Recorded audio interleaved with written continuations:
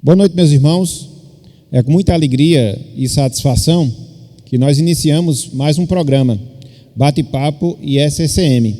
É um programa que está fazendo já parte dos trabalhos da nossa igreja e que tem como objetivo poder tratar de assuntos, de temas bíblicos, para que assim, de forma informal e também de maneira interativa, a gente possa estar aprendendo da palavra e compartilhando do Evangelho de Cristo, do Evangelho do Reino. Pois bem, o tema que nós iremos tratar hoje é o mesmo tema que nós iniciamos a tratar na semana passada, ou seja, o que a Bíblia diz sobre a pena de morte. O que a Bíblia diz sobre a pena de morte.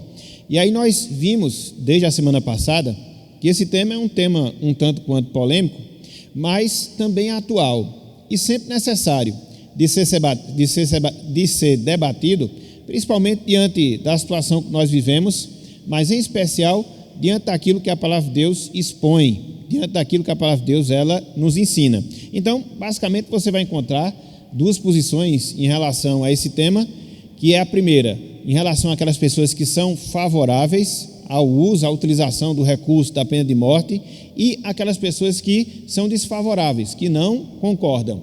Então, a nossa linha de raciocínio, de acordo com aquilo que nós vemos na palavra de Deus, no caso, a minha linha, pessoalmente falando, é que quando nós olhamos para a palavra de Deus, quer seja para o Antigo, quer seja para o Novo Testamento, nós percebemos que a Bíblia, ela dá razão para a aplicação de pena capital para aqueles casos onde envolve homicídio doloso, ou seja, quando há intenção deliberada de matar.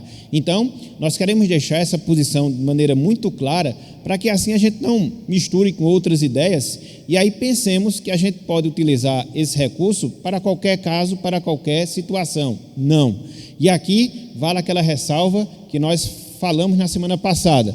No nosso país nós não temos ainda essa lei. Então, no caso de haver condições de uma alteração constitucional e houver proposta nesse sentido, uma vez que se submeta a esse princípio, nós observamos que não seria contrário à palavra de Deus. Por quê?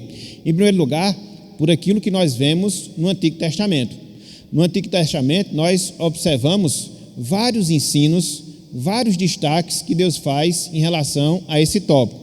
Desde a ameaça que ele fez àquelas pessoas que tirassem a vida de Caim, desde o pacto que ele fez com Noé, onde naquele pacto ele estabelece esse princípio que se alguém derramasse o sangue de outrem, o seu sangue seria derramado. Isso é um princípio moral. Então, esse princípio moral, ele é levado para a lei de Deus, quer seja no seu aspecto moral, quer seja no seu aspecto civil.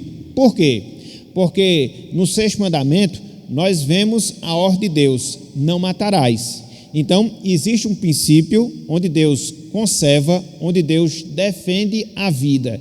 E uma vez que esse princípio ele é desobedecido, a sanção, a punição que deve ser imposta em relação a ele, conforme Deus nos revela ali em Êxodo 20, era justamente a penalidade de morte. E aí você observa que no caso da lei civil, muitos outros casos, eles ampliaram esse tipo de recurso no Antigo Testamento. Quando nós vamos fazer uma análise bem rápida no Antigo Testamento, haviam pelo menos 30 crimes onde poderia ser utilizado a pena capital. Então, esses outros casos, esses outros acréscimos, nós precisamos enfatizar. Eles dizem respeito àquilo que regulava Israel como uma teocracia, quer seja a profanação do dia de sábado, quer seja o adultério, quer seja a desonra dos pais, quer seja a idolatria e tantos outros crimes. Então, esses crimes, eles têm a sua base na lei civil.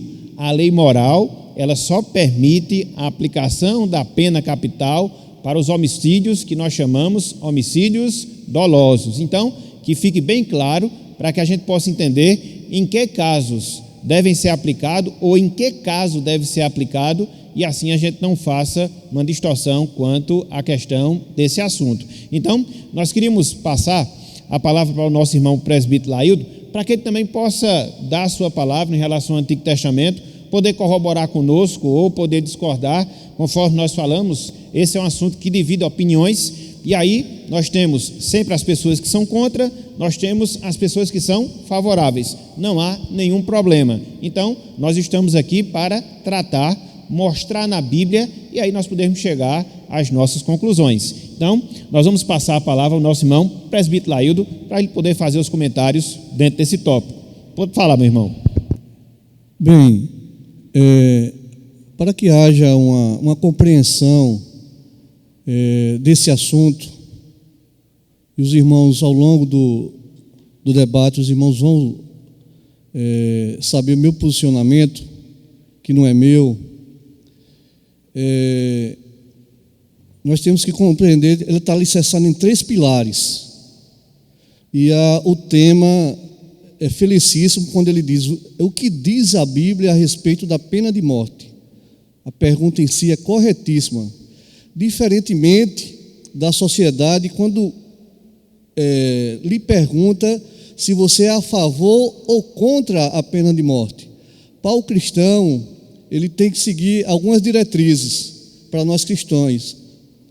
E, primeiramente, o que a Bíblia diz. Quando falamos o que a Bíblia diz, primeiro pilar, estamos pisando no território sagrado.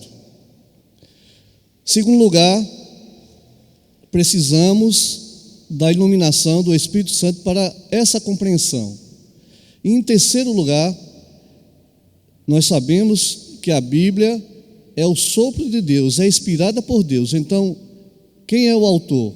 É o nosso Deus. São esses 3 pilares fundamentais para que nós possamos, eu ter um posicionamento e você ter um posicionamento é uma coisa, mas quando se trata do que a palavra de Deus diz, o nosso posicionamento é favorável ao que a Bíblia diz como ela do cristão, a regra de fé e prática do cristão.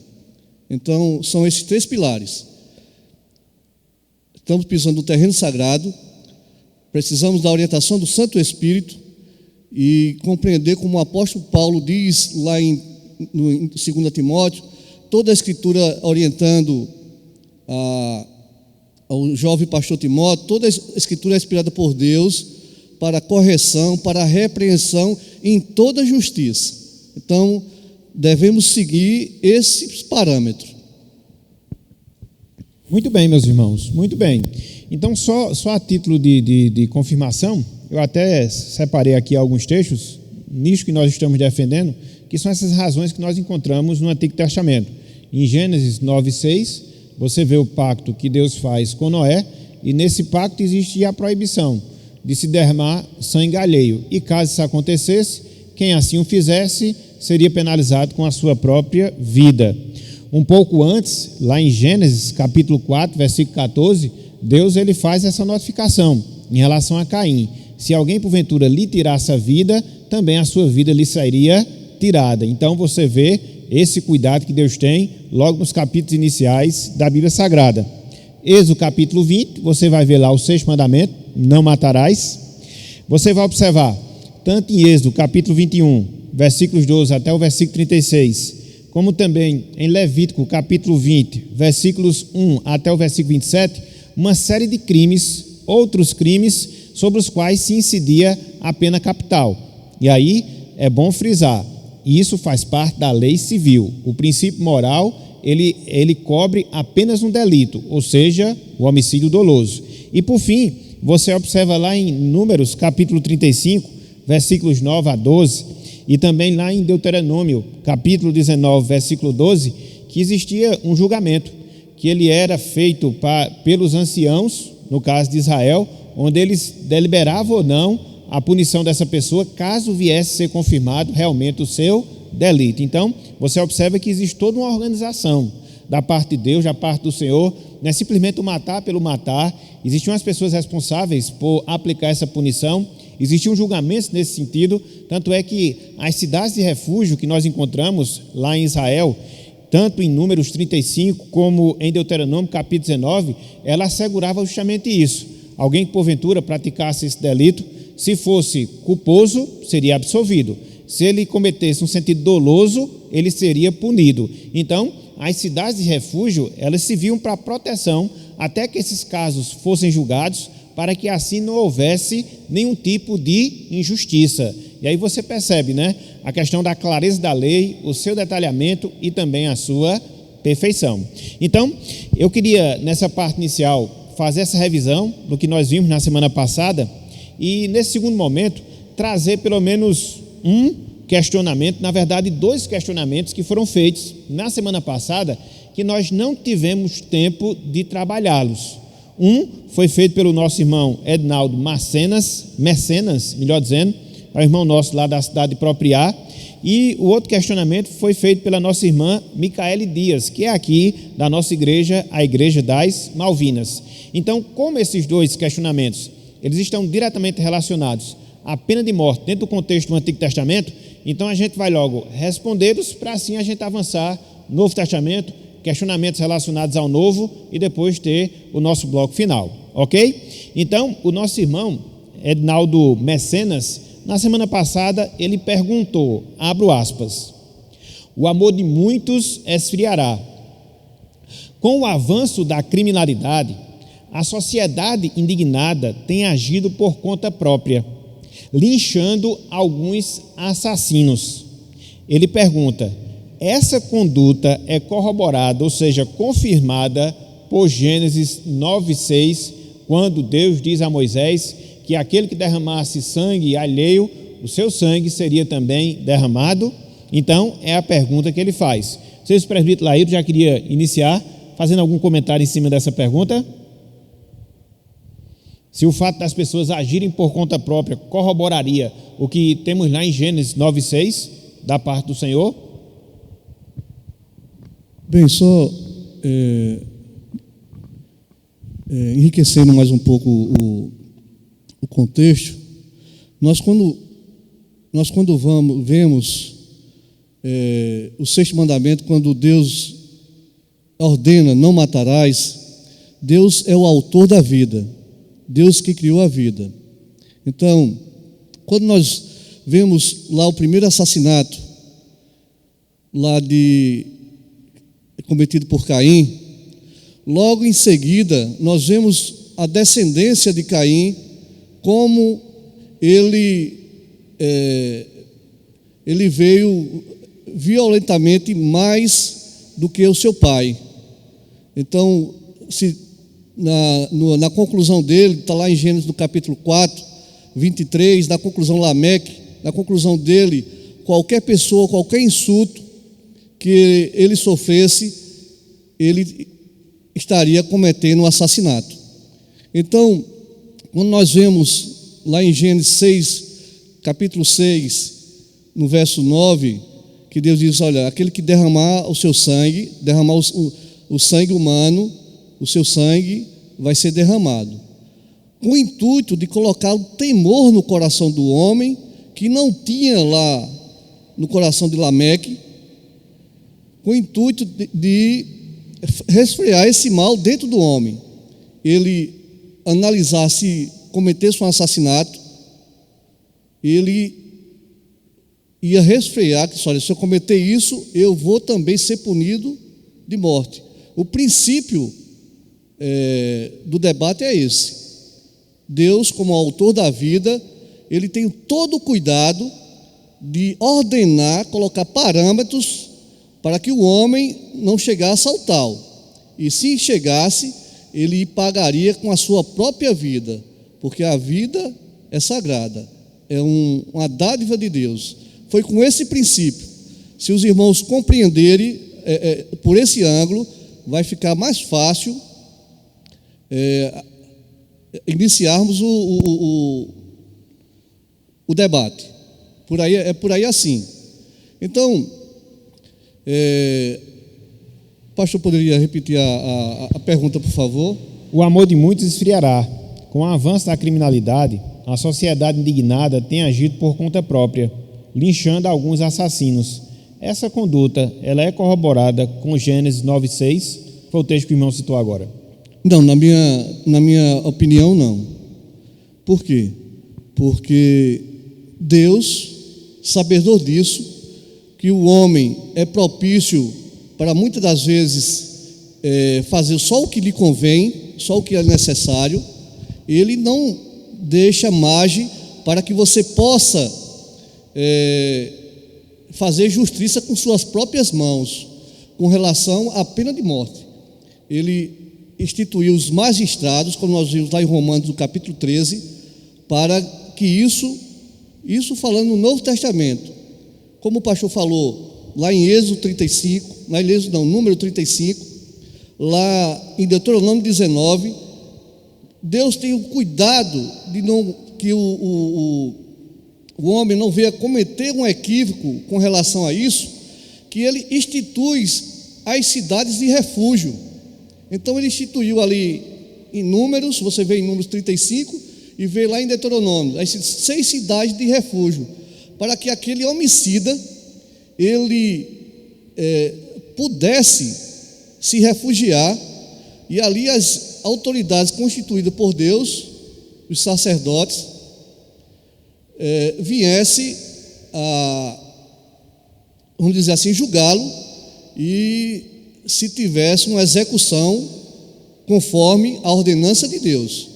Deus não autoriza, nesse caso, você fazer olho por olho, dente por dente. Tem que seguir os parâmetros que Deus deixou. A prova a vida é tão preciosa para Deus que Deus, Ele tira aquele assassino da sociedade e coloca ele numa cidade de refúgio, até determinado período, até aquela causa fosse julgada e assim fosse dado o veredito. Se fosse um assassinato por motivos banais, e ele seria executado. Mas Deus, até isso, Deus teve o cuidado de recolher ele, tirar ele, para que assim ele não fosse lixado, como diz lá, apedrejado até, no caso, até a morte, até pelos próprios familiares dele. Ia para a cidade de refúgio, ali o sacerdote analisaria o caso, e assim, conforme o veredito, executaria a pena, e os familiares da vítima seriam convidados, só depois os familiares da vítima seriam convidados a presenciar aquele julgamento, aquela sentença, aquele derramamento de sangue, para que Deus, como autor da vida, Ele viesse ficar satisfeito com o desfecho final, conforme Ele ordena na palavra. Então, minha opinião, lá, a pergunta do irmão, ela não está associada a Gênesis 6:9. Muito bem. Então, conforme a gente viu, pelas observações que o nosso irmão fez, e essa análise ela deve ser feita, porque muitas vezes quando você defende e quando você fala nessa questão da pena capital, as pessoas logo querem associar a iniciativa própria de punir o criminoso. Não. Veja que Deus, Ele é muito organizado no trato que Ele tem com o ser humano. E quer seja no nível de família, quer seja no nível de igreja, quer seja no nível de sociedade, você sempre vai ter aquelas pessoas que estarão na condição de autoridade. Por exemplo, na família, a autoridade cabe ao esposo. Na igreja, cabe a liderança por Deus instituída. E na sociedade, a autoridade cabe a quem? Aos magistrados civis. Então, você observa que a penalidade que Deus impunha sobre as pessoas que cometessem os homicídios dolosos, não era qualquer pessoa que iria fazer isso. Eram os sacerdotes, os anciãos, julgariam o caso e só depois ele seria penalizado. Então, lá em Deuteronômio 19:12,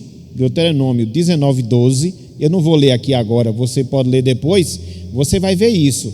Os anciãos analisavam os casos e só depois a pessoa era punida ou não, uma vez que se detectasse que de fato ela teve a intenção de matar. Então, não cabe à justiça própria, isso é vingança, isso leva à anarquia e isso bagunça toda a sociedade.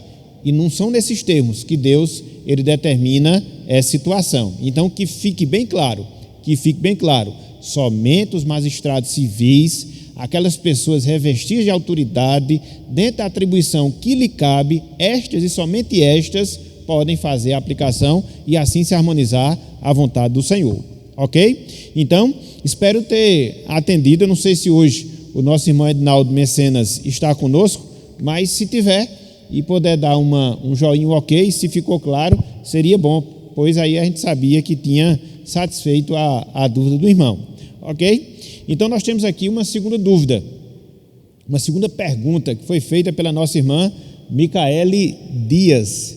Ela diz o seguinte, prestem atenção: no caso de Davi, no qual premeditou o assassinato de Urias, segundo Samuel capítulo 11, a lei de Levítico e de Êxodo se adequaria, melhor dizendo, eu vou repetir, no caso de Davi, no qual premeditou o assassinato de Urias, segundo Samuel 11, a lei de Levítico e de Êxodo se adequaria?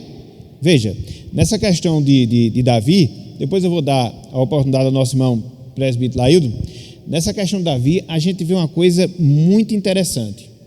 Por quê? Porque se você analisar bem, Davi ele foi passivo de perder a vida, não só pelo fato de ter cometido o assassinato, quando de maneira premeditada colocou Urias na ponta do conflito e assim ele estivesse mais suscetível à morte, como de fato aconteceu, mas também pelo adultério que ele havia cometido com a esposa de Urias, no caso Batseba. Então, na verdade, ele havia incorrido em 2 crimes sobre os quais, dentro da lei moral, dentro da lei civil, caberia a aplicação da pena de morte. Aí você observa, mas Davi não foi penalizado dessa forma.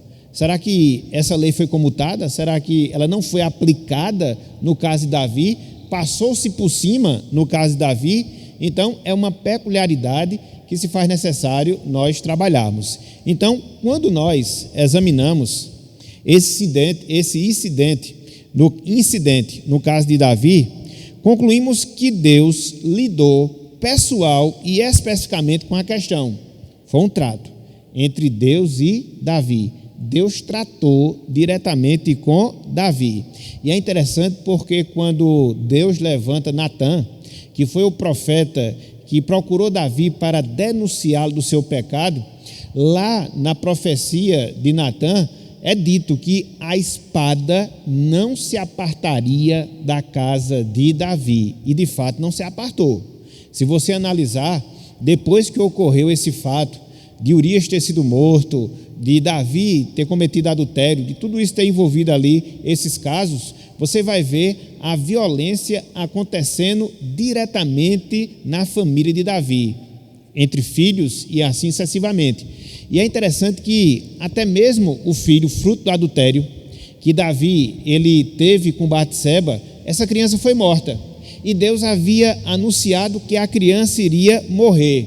Essas 2 referências, depois você pode ler, está lá em 2 Samuel, capítulo 12, versículo 10 e também versículo 14. 2 Samuel, capítulo 12, versículos 10 e também o versículo número 14. Versículo 10, que a espada não iria se apartar da casa de Davi e não se apartou, e que a criança, fruto do adultério, morreria. Versículo 14. Então você vê que houve uma penalização, e não foi qualquer tipo de penalização. Davi viu a morte na vida da sua família, e você percebe aí que foi um trato específico, e se você analisar bem, foi muito mais intenso, porque Davi poderia muito bem ter sido castigado com a sua própria vida, mas ele tinha consciência do seu pecado e viu seus filhos serem mortos como reflexo do juízo divino. Então veja que a pena ela não passou desapercebida em relação a Davi. De certa forma ele sofreu as consequências e foi também com vida, não foi a dele, mas foi de seus filhos, de seus familiares. Então isso faz parte desse trato particular que Deus ele fez com Davi nessa questão específica. Então, é necessário aqui a gente fazer essa observação. Presbítero Laildo, queria fazer um comentário dentro desse item. Se tiver, o irmão esteja à vontade. Sim, eu vou chegar lá. Mas dizendo, não o meu posicionamento, mas conforme o que nos diz a Bíblia, para os dias de hoje, no caso de quem comete assassinato, crimes hediondos, aí um jurista ele pode enumerar isso aí. Deus não aboliu a pena de morte, a pena capital para os nossos dias, baseado lá em Gênesis 9, 6. Com relação a Davi, nós vemos que em muitas áreas nós pegamos Davi como exemplo, mas acrescentando um pouquinho, o pastor já foi bastante enfático nesse ponto. Davi ele não morreu a morte física nesse momento, a morte física, mas a morte espiritual, ele passou um bom período, o pecado cegou ele, então espiritualmente ele estava morto. E as consequências, diz Natã, o profeta Natã aponta o dedo para ele, diz que a espada jamais se apartaria da sua casa, se cumpriu. Então houve consequências inúmeras, mas na frente Davi, ele, como nós vemos lá no Salmo 51, o seu pranto, o seu arrependimento, Salmo 32, e fazendo um fechamento, Davi, a primeiro momento, não morreu fisicamente, mas ele passou um período de morte espiritual. E a morte física, ele trouxe a consequência para a sua família. O incesto entre irmãos, depois o irmão mata a irmã, depois o próprio filho queria tirar a vida do pai, e consequência da ação de Davi, consequência do pecado. Então, diz que sendo o pecado ele gera a morte, né? Nós não podemos, mais na frente, talvez nós trabalharemos nesse sentido, não está significado só a morte física, mas com relação, nós vamos, talvez o tempo vamos chegar lá, a morte espiritual. Então lá em Romanos diz, o pecado gera a morte. Então, era esse acréscimo que eu queria trazer para essa noite. Muito bem, meus irmãos, muito bem. Então a gente, de certa forma, encerra essa parte do Antigo Testamento. Eu só queria aqui fazer uma interação. Nós temos aqui duas mensagens, na verdade nós temos três. Um do nosso irmão Mateus Cavalcante, outro nosso irmão João Adelino e outro nosso irmão Benedito José, o nosso irmão lá da igreja de Cupira. Então, dessas três mensagens, eu queria fazer a menção aqui à de João Soares, porque ela está dentro desse item, e as outras duas, de certa forma, a gente vai ver adiante quando nós chegarmos no Novo Testamento, ok? Eu vou até pedir depois para Fabinho depois segurar essas duas perguntas para a gente poder trabalhá-las depois. Então, nosso irmão João Soares, ele disse: as cidades de refúgio eram destinadas àqueles que matassem alguém involuntariamente, a fim de que o homicídio não fosse morto por vingança. Então, está dentro daquilo que a gente falou, o presbítero Ailton falou. Então, existiam essas cidades, né, que nós chamamos de cidades de refúgio, justamente para proteger aqueles homicídios que não fossem dolosos, fossem culposos. Então, existia essa distinção para que assim as mortes elas não fossem feitas aleatoriamente. Então, isso é muito interessante. Você vai lá para Números 35, Deuteronômio 19, e vocês vão ver Deus falando acerca disso, ok? Muito bem. Então, agora a questão é o Novo Testamento. E mais uma vez nós apelamos para que vocês possam compartilhar esse vídeo e a gente poder chegar a 250 inscritos hoje à noite com a graça do Senhor. Então, a questão agora é o Novo Testamento. De certa forma, já ficou vencido, até mesmo nosso irmão Mateus Cavalcante falou, né? Já vimos que a pena de morte tem respaldo bíblico, mas trazendo para nós, crentes da nova dispensação, dependendo de vocês, o voto de adotar a pena de morte ou não, o pastor seria a favor ou não de adotar a pena de morte. A gente já vai chegar já na resposta a essa pergunta. Então, agora, a gente vai trabalhar o Novo Testamento. O Antigo Testamento, de certa forma, a gente já conseguiu vencer, esperamos ter tirado as dúvidas dos irmãos. Agora a gente vai para o Novo Testamento. O que é que o Novo Testamento diz acerca da pena de morte? O que é que o Novo Testamento diz acerca da pena capital?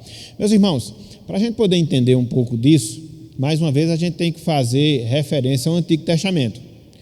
Quando você percebe as três distinções da lei de Deus, a lei cerimonial, a lei civil e a lei moral, fica muito mais fácil de você trazer esse mesmo princípio para o Novo Testamento.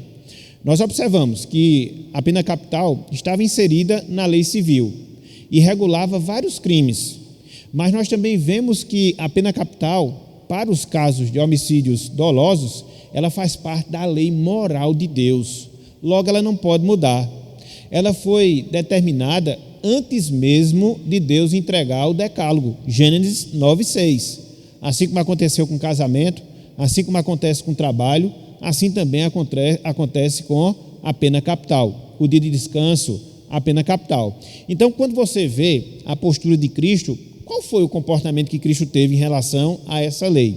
Veja que, ao longo do ministério terreno, Cristo ele cumpriu cabalmente os três aspectos da lei: a lei civil, a lei cerimonial e também a lei moral. Em relação à lei moral, Cristo disse que iria passar céu, queria passar terra, mas a lei de Deus, a palavra de Deus, ela permaneceria e permaneceria para sempre.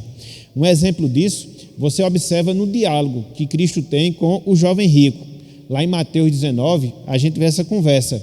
E aí chega o jovem rico, mostrando que era um cumpridor da lei, e aí Cristo chama a atenção dos aspectos relacionados à lei moral, dos 5 primeiros mandamentos: honra teu pai e tua mãe, não matarás, não adulterarás, não furtarás, não dirás falso testemunho.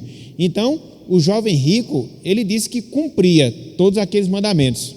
Aí você pode dizer, ficou faltando um: não cobiçarás, que é o último mandamento. E por que Cristo ele não fez menção a esse mandamento? Porque ele queria apontar o pecado daquele jovem, porque ele era cobiçoso e não quis se desapegar às suas riquezas. Então veja que Cristo ele aceitou normalmente a lei moral.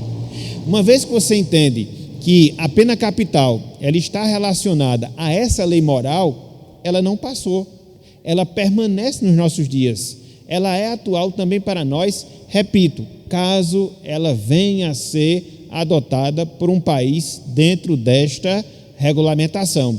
É muito interessante a gente poder fazer essa observação, porque via de regra as pessoas gostam de fazer uma distinção entre a antiga aliança e a nova aliança, e às vezes elas chegam a dizer, não, eu sou crente apenas do Novo Testamento e não do Antigo Testamento. É um equívoco, é certo que a gente não está subordinado à lei civil, é certo que a gente não está subordinado à lei cerimonial, a lei civil porque a gente não vive dentro de uma teocracia, a lei cerimonial porque ela já foi cumprida na morte de Jesus. Agora, a lei moral, ela permanece para nós. E quando você vê Gênesis 9, Gênesis 4, quando você vê Êxodo capítulo 20, essa lei está lá: não matarás, não matarás. Quem assim agir vai ser punido com a sua própria morte. Então, isso não mudou. E aí você vê que Cristo, ele aceitou facilmente essa realidade. É interessante que quando a gente lê, por exemplo, Mateus capítulo 26, versículo 52, eu estou evitando de fazer a leitura das passagens para a gente poder ter uma conversa mais rápida, mas eu aconselho depois a vocês a conferirem essas passagens. Então, lá em Mateus 26, 52, Cristo ele é preso no Getsêmani. E aí, um dos seus discípulos saca da espada, corta a orelha de um dos soldados que estavam ali aprisionando Jesus Cristo, e Cristo disse: aqueles que usam da espada, pela espada perecerão. Veja que Cristo ele defendeu esse princípio: quem tira a vida é penalizado com a sua própria vida. E de onde ele tirou isso? Tirou do Antigo Testamento. De onde ele tirou isso? Da lei moral. De onde ele tirou isso? De Gênesis capítulo 9. De onde ele tirou isso? De Gênesis capítulo 4. Veja que existe uma unidade, aquilo que nós chamamos de unidade da revelação. A gente não pode chegar agora no Novo Testamento e dizer, não, tudo isso aqui acabou e jogar tudo para o alto. Não, não pode. Até porque se nós tivéssemos esse comportamento, qual seria o valor que nós daríamos ao casamento? Qual seria o valor que nós daríamos ao trabalho? E em relação ao dia do Senhor? Está tudo lá em Gênesis. Então veja que Cristo, ele não desprezou a lei no seu sentido moral. Inclusive, quando ele estava perante Pilatos, ele chegou a dizer que a autoridade que Pilatos tinha, ela não tinha de homens. Ele não tinha de homens, melhor dizendo. Ele tinha por ter recebido de Deus essa autoridade. Apesar, falamos isso na semana passada, de ter sido um julgamento injusto a sua morte, mas ele se sujeitou. Por quê? Isso é um princípio moral. Mais adiante eu quero falar outras coisas relacionadas ao Novo Testamento, dentro da pena de morte. Queria mais uma vez passar a palavra para o nosso irmão presbítero Laildo, para que ele possa aqui fazer também a sua contribuição.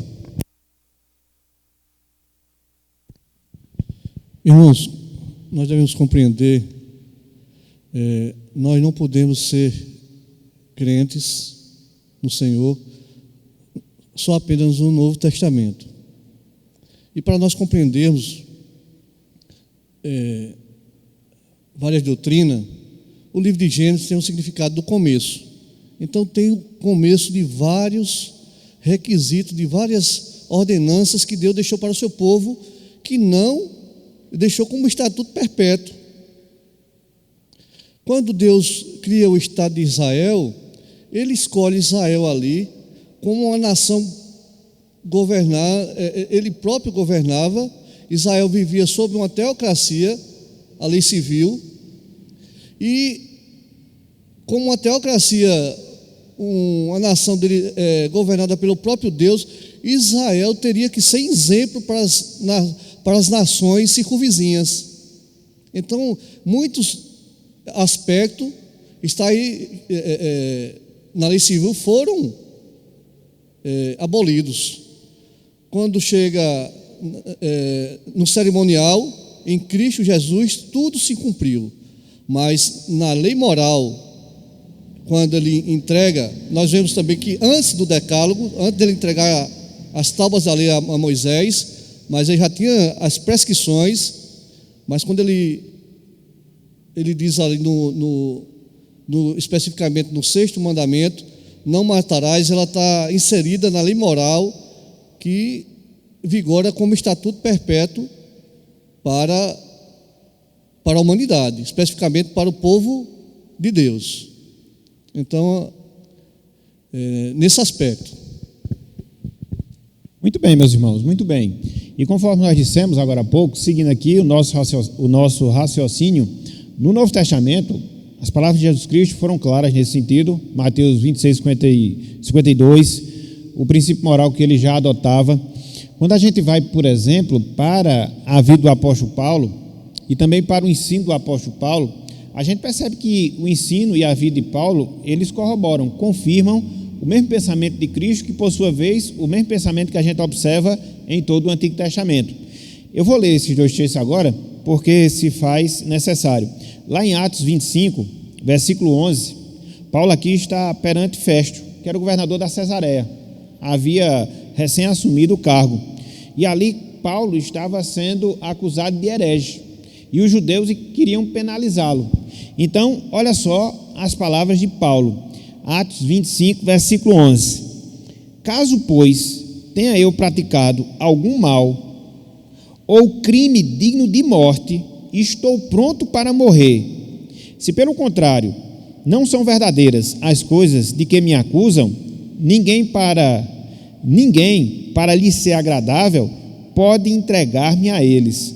Apelo para César. Então veja aqui que Paulo, ele até se coloca passível de condenação, inclusive de morte, caso ele tivesse cometido um delito que merecesse essa punição. Ele aqui, ele não condena a aplicação, mesmo se fosse para ele, da pena capital, e se ele tivesse assim agido, se tivesse assim merecido, ele se dispôs a receber essa pena.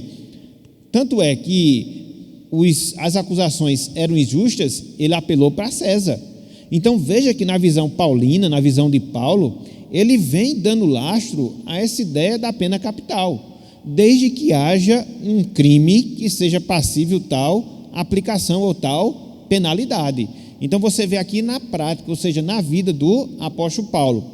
Mas não só isso, como eu gosto de dizer, no próprio ensino do apóstolo Paulo, a gente observa também isso.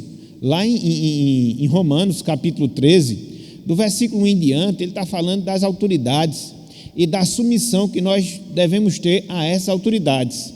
Inclusive o apóstolo Paulo diz que toda e qualquer autoridade, ela é ministra de Deus. Veja que coisa interessante.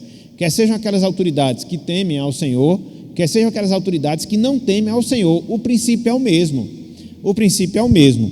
Então, lá no versículo 4, que é um texto que via de regra a gente cita, e eu queria aqui lê-lo, ele diz o seguinte, Romanos 3, 13, versículo 4, visto que a autoridade é ministro de Deus para o teu bem. Entretanto, se fizeres o mal, teme, porque não é sem motivo que ela, no caso o Estado, a autoridade civil, traz a espada, pois é ministro de Deus, vingador, para castigar o que pratica o mal. O que é essa espada que Paulo fala aqui? Que é o direito da autoridade civil, que é o direito que a autoridade civil tem, é a aplicação da pena de morte, dentro do contexto do Império Romano. É interessante que essa expressão espada, que a gente vê aqui por Paulo, em Romanos 13, versículo 4, ela vai ser mencionada também lá em Atos 12, 2, quando o rei manda passar a espada, Tiago, o líder da igreja cristã ali naquela época. Então, essa espada, ela tem sempre a ver com pena de morte, com tirar a vida. E veja que no contexto lá, de Atos, capítulo 12, foi um contexto injusto. Ou seja, os cristãos estavam pregando o evangelho e por isso foram penalizados. Não estou fazendo menção a esse crime, até porque não é, mas somente a aplicação do termo espada. Sempre que espada é colocado na Bíblia, ou pelo menos na maioria das vezes, diz respeito à penalidade capital ou se tirar a vida através da espada. Então, essa é a autoridade que o Estado tem, delegada por Deus. E Paulo aqui confirma. Então, se você não quer se sujeitar a esse tipo de punição, se você não quer experimentar esse tipo de castigo, o que é que você deve fazer? Seja um bom cidadão, cumpra com as suas obrigações, cumpra com a lei, e aí você não será penalizado. Então, quer seja na vida de Paulo, quer seja no ensino também, a gente vê base, a exemplo do que aconteceu com Jesus Cristo, de aplicar a pena capital, no caso para homicídios dolosos, sempre repetindo para que isso possa realmente ficar na mente dos irmãos, ok? Então, Paulo também, ele dá base para esse tipo de prática. Presbítero Laílton, por favor, complete, dê a sua contribuição. Irmãos, num aspecto, nós compreendemos, às vezes, o ponto de vista dos irmãos, de nós termos uma pena de morte aqui no nosso país, quando nós olhamos pela tangência de dizer que os nossos governantes, eles se corrompem, mas isso no contexto geral. Lá em Amós, você já via os magistrados se vendendo por pouca quantia de valores. Você diz, não, se nós aplicarmos nosso país, se a Constituição for aprovada a pena de morte, vai ter muita injustiça mediante os governantes, eles muitas das vezes governam em benefício próprio, e por aí vai. Mas nós não podemos perder de vista que, como nós vimos lá em Romanos, toda a autoridade foi instituída, os ministros foram instituídos para cumprir as ordenanças de Deus. Então, quando nós temos essa ideia que os governantes estão lá nos cargos porque Deus fez assim para que ele fosse, aí se ele não cumpre, se ele não desenvolve a função ao qual ele foi chamado, se ele vier a se corromper, ele vai responder diante de Deus por cada ato inconsequente que ele fez. Então, se nós, quando descansamos nisso aí, nós vamos adentrar mais essa ordenança de Deus. Porque, assim, só acrescentando um pouco, eu tenho de caminhada cristã, vamos dizer assim, somos um recém-nascido, em torno de 20 anos de caminhada cristã, somos uma criança engatinhando, mas nós vemos esse assunto não constantemente nos debates, nos estudos da igreja, mas é um tema bíblico. E outra coisa, quando dizemos que é um assunto polêmico, sim, concordo, mas estamos também indiretamente dizer que Deus é um Deus polêmico. E Deus não é. Entendeu? Assim o pastor pode me corrigir alguma coisa assim, nesse tempo nesse sentido. Então, é só um direcionamento. A palavra de Deus está no imperativo. Quando ela vem para mim nesse sentido, eu não vou dizer que eu concordo, que eu concordo ou discordo. Quando nós temos outro assunto periférico, que perguntamos se é a favor ou contra, aí sim, mas isso aí não deixa margem para que a gente venha discordar, porque é uma ordem, é um mandamento de Deus. Quando Jesus, lá em Pilatos, ele disse, olha, Pilatos fala para ele se ele tinha poder para absolver Jesus ali ou para livrar Jesus da cruz. Jesus foi enfático. Eu rogaria ao Pai, Pilatos, e tu fica sabendo que nenhuma autoridade é constituída nessa terra se do céu não lhe for dado. Falando explicitamente para Pilatos que a autoridade, mesmo que seja uma autoridade corrupta, uma autoridade como Pedro fala lá na sua epístola de Pedro, no capítulo 5, que nós devemos obedecer às autoridades, quer seja boas, quer seja mais. Então, esse aspecto de autoridade não cumprir, de não desenvolver a sua função, fique certo, em todas as áreas, em todos os âmbitos, Deus vai requerer o cargo que ele tinha, porque no âmbito cristão, quando vemos lá a parábola do servo vigilante, Deus diz, a quem muito é dado, muito é cobrado.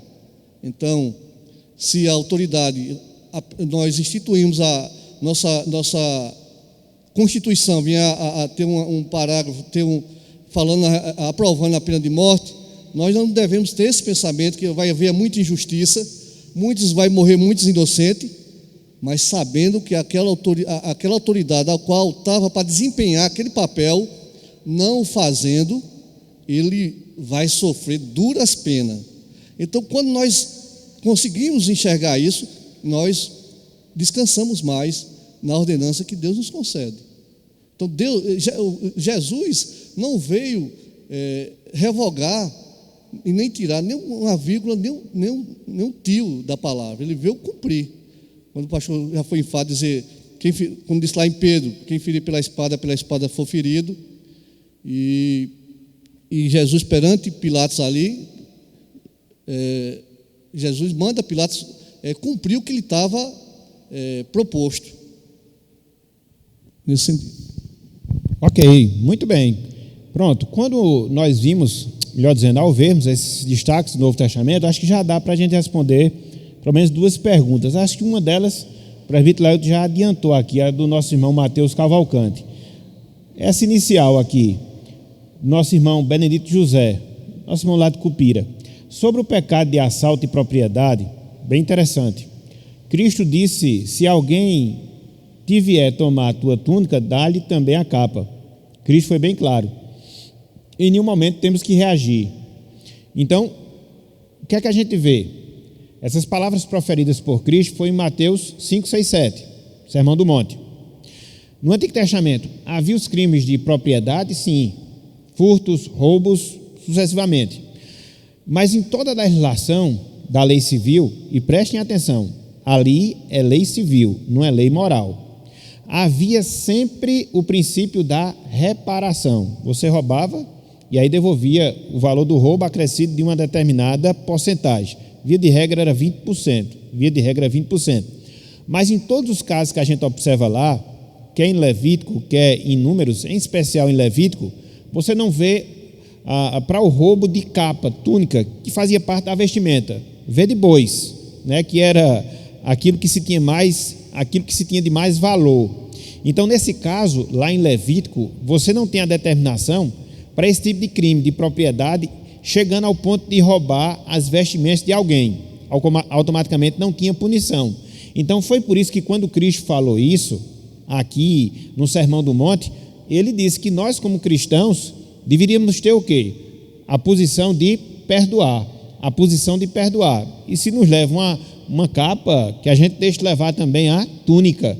Por quê? Ele não está aí contrariando a lei, muito pelo contrário, ele está indo além da lei, mostrando o coração perdoador e generoso que nós devemos ter. Então, nesse sentido, nós devemos agir dessa forma como cristãos, quando isso nos acontecer, e esse ensino de Cristo, ele não se choca com o do Antigo Testamento, porque os crimes de propriedade envolviam coisas mais valiosas, sob o ponto de vista financeiro material, ok? Então, só esse esclarecimento. Não sei se o irmão Laíto, dentro desse ponto, queria falar, pode falar. O pastor já referiu essas palavras de Jesus, está lá no Sermão do Monte, e quando ele diz, se alguém tomar a tua túnica, dá-lhe também a capa.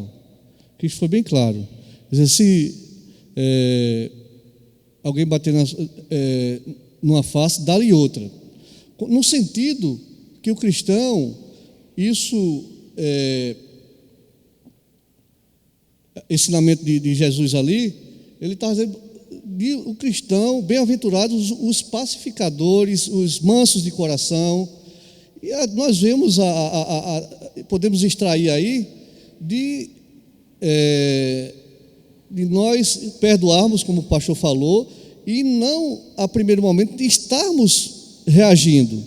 Você vê que é tão belos os ensinamentos que traz para a gente hoje a recomendação, se a gente for anda paralelo, se nós for acometidos de um assalto, é de nós não estarmos reagindo.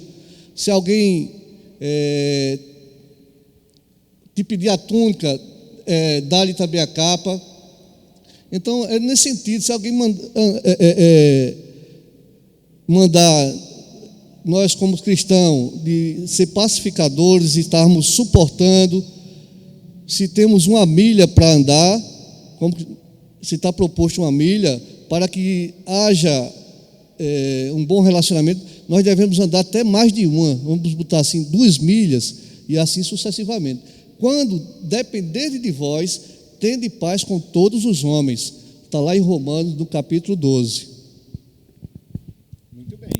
Muito bem, meus irmãos. Então, acho que está respondida. Em relação à pergunta do nosso irmão Cavalcante, na verdade, a opinião que ele pede, né?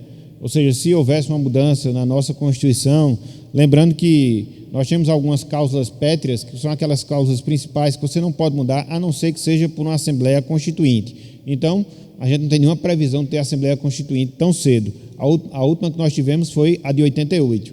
Então, no meu ponto de vista, se houvesse uma Assembleia Constituinte e dentre os itens que fossem alterados, que fosse incluído a pena capital para os casos de homicídio doloso, seguindo os trâmites legais, do amplo direito de defesa e toda a sequência judicial, eu particularmente não seria contra. Seria uma harmonização àquilo que a Bíblia diz. Agora, todos esses trâmites têm que ser percorridos. Ok? Muito bem. Dentro desse item, queria falar alguma coisa? Muito bem. Então, eu queria só fechar aqui. A gente acabou passando um pouquinho do horário, mas não tem problema não. A gente está chegando no finalzinho mesmo, para não ficar sem pergunta, para não ficar a pergunta sem resposta. O nosso irmão pastor Demóstenes Correia, ele perguntou semana passada: um magistrado cristão deve seguir os princípios estabelecidos pelo país ou os princípios estabelecidos por Deus? E ele prossegue: ele aprovar a pena de um crente em um país que exerce a pena de morte é certo? Então você vê aqui que pelo menos tem 3 perguntas, né? Então um magistrado, um juiz, ele deve ser uma autoridade constituída observando aquele princípio: no Senhor importa obedecer a Deus do que aos homens. Então as suas decisões em relação à lei vigente no país, elas têm que estar sempre subordinadas à ética cristã. Alguma coisa que fira a ética, com certeza não será correto ele julgar nesse sentido. Então, uma vez que o país estabeleça a pena de morte para crimes dolosos, ele tem que aplicar a lei, até porque esse princípio é defendido na palavra. E se for um crente, se um crente chegar a cometer esse crime, ele também vai ter que responder. É aquilo que eu sempre gosto de dizer: o pau que bate em Francisco tem que bater em Chico. Então, se um crente chegar no momento desesperador, que não seja por legítima defesa, mas seja por dolo, por vontade de fazer, isso pode acontecer? Tratando hipoteticamente, pode. Então, ele tem que ser penalizado com os rigores da lei, diferente dele se cometer esse crime em legítima defesa, até porque até a lei do nosso país, ela dá guarda. Quando você comete um crime, inclusive tirando a vida de alguém, sendo a sua legítima defesa, você não será penalizado com os rigores da lei por causa disso. Então, cada caso é um caso. Então, tratando dessa questão de alguém que se diz cristão, chegar ao ponto de tirar a vida de uma pessoa, e se na lei desse país vigorar tal punição, ele tem que receber as sanções da lei. E se o juiz assim o fizer, não estará pecando. O juiz não pode fazer e trabalhar com a legislação que fira o evangelho. Por exemplo, num país se determina a morte de cristão, um juiz vai julgar esses casos? Eu acredito que não deve ser certo. Ele deve renunciar ao cargo, até porque não vai adiantar ir de encontro à lei de Deus, mesmo que obedecendo à lei do seu país. Então, somente fazendo essa ressalva aí, tudo tem que ser feito no Senhor, ou seja, na ética cristã. Ok? Presbítero Laudo, queria falar alguma coisa nesse ponto? Quando nós tocamos nesse ponto, nós podemos até levantar o tema de outro estudo a respeito se o cristão deve se envolver com a política. Irmãos, no princípio, nos dias de hoje, nós precisamos ter e ver os exemplos dos nossos irmãos que preferiram ser jogados na fornalha de fogo, como Sadraque, Mesaque e Abidnego, nos fazer a vontade de Deus e não foi a palavra: fica tu sabendo, ó rei, que se Deus nos quiser nos livrar, nós precisamos ter essa fé, nós precisamos estar trabalhando para essa fé ser exercida nas nossas vidas, a começar desse servo que vos fala, nesse aspecto. Então, importa, como Pedro, o pastor tocou já, importa agradar a Deus do que agradar a homens. Esse princípio, ele é válido para a igreja de Deus nos nossos dias, baseado em toda a história dos homens que serviram ao Senhor, os homens fiéis que serviram ao Senhor. Quando você vai lá para Hebreus, no capítulo 11, os heróis da fé, muitos ali foram cerrados, muitos foram decapitados, mas não negaram a sua fé por amor e por zelo do Deus ao qual ele servia. Nós precisamos trazer esses exemplos, esse encorajamento para nós cristãos, para a igreja do povo de Deus no geral, para os nossos dias. Muito bem, meus irmãos. O nosso irmão João Soares sempre nos auxiliando aí com as suas dicas do direito, né, prestando esse serviço aí. Ele diz o seguinte, acho que é o Código Penal, né? Ele está prestando essa assessoria jurídica para o programa. Então ele diz o seguinte, não há crime quando o agente pratica o fato. Em que condições? Em estado de necessidade, quando você tem uma necessidade ali e é necessário você tirar a vida de alguém, isso não implica em crime. 2, em legítima defesa, então eu estou na minha casa, estou sendo invadido por um ladrão, eu tenho que me defender, e se chegar ao ponto de eu tirar a vida dele, então a lei me dá esse amparo, já como lei do nosso país. 3, em estrito cumprimento do dever legal. Um policial, por exemplo, quando ele está numa operação, ele vai deixar ser baleado e morrer? Não. Ele vai ter que proteger a sociedade e a si mesmo. Então não há crime, a lei dá essa cobertura. E no exercício regular de direito, dependendo da função que você esteja exercendo. Então, está no Código Penal Brasileiro, artigo 23.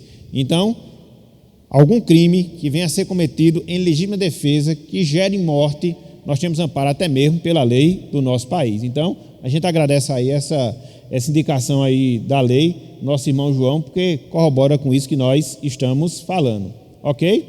Então, meus irmãos, eu acho que a gente venceu. Depois de 2 dias de programa, mais de 2 horas de programa, a gente conseguiu vencer esse debate em relação à pena de morte. Então, eu só queria aqui deixar uma palavra final dentro desse tema, que é algo que muitas vezes a gente não dá muita importância, que é aquilo que a gente chama de entendimento confessional. O entendimento doutrinário que a gente tem a partir das confissões de fé, que eram resumos doutrinários que as igrejas tradicionais elas tinham. E aí eu tive a curiosidade de procurar o item relacionado à magistratura civil e, em especial, a pena capital.